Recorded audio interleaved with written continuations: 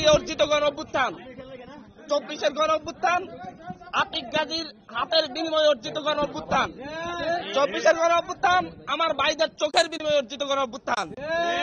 এই 24-এর গণ অভ্যুত্থান আমার হাজারো ভাইয়ের শহীদের রক্তের বিনিময়ে অর্জিত গণ অভ্যুত্থান।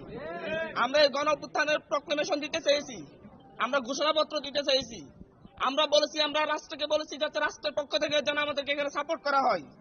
আমরা রাজনৈতিক দলগুলোর কাছে গিয়েছি, আমরা বলেছি যে সকলে যেন আমাদের এখানে সমর্থন জানায়, যেন এই প্রক্লেমেশনকে গ্রহণ করে, কারণ প্রক্লেমেশন একটি ঐতিহাসিক দলিল।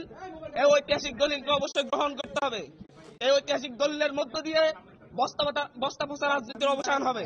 কিন্তু সেই ঐতিহাসিক দলিল যাতে আমরা উপস্থাপন করতে না পারি, যাতে আমরা উপস্থাপন না করি, সেই ক্ষেত্রে বিভিন্ন ধরনের বাধার সৃষ্টি করা হয়েছিল।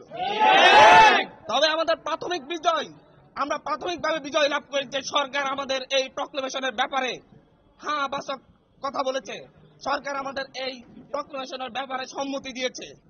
আমরা বৈষম্যবিরোধী ছাত্র আন্দোলনের বিপ্লবী ছাত্র জনতা আমরা সিদ্ধান্ত নিয়েছি, আমরা অবশ্যই আমরা শহীদ মিনারে আমরা একত্রিত হব। আমরা আমাদের পূর্ববর্তী যে কর্মসূচি আমরা দিয়েছি, আমরা শহীদ মিনারে আমরা বিপ্লবীরা সেখানে একত্রিত হব। আমাদের সরকারের পক্ষ থেকে প্রক্লেমেশন আসবে, কিন্তু তাই বলে আমাদের একত্রিত হওয়া বন্ধ হয়ে যাবে না।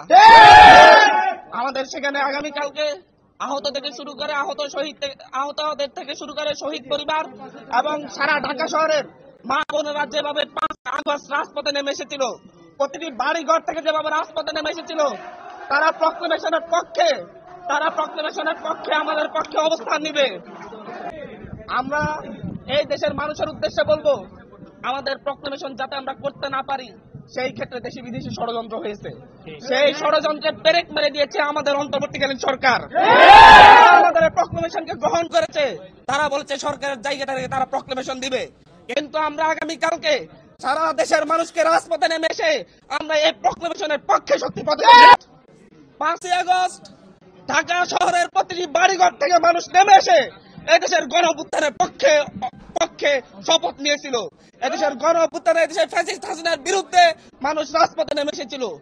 আগামীকালকে সেই জায়গা থেকে, সেই গণ অভ্যুত্থানের অংশীদারিত্বের জায়গা থেকে যারা আমাদের ঢাকা শহরের যত মানুষ সেই 5ই আগস্ট রাজপথে নেমে এসে শেখ হাসিনার বিরুদ্ধে স্লোগান ধরেছিল, শেখ হাসিনাকে না বলেছিল, আগামীকালকে ঢাকা শহরের প্রতিটি মানুষ আমার শহীদ ভাইদের রক্ত অর্জিত গণ অভ্যুত্থানের প্রক্লেমেশনের পক্ষে রাস্তায় নেমে এসে আমাদের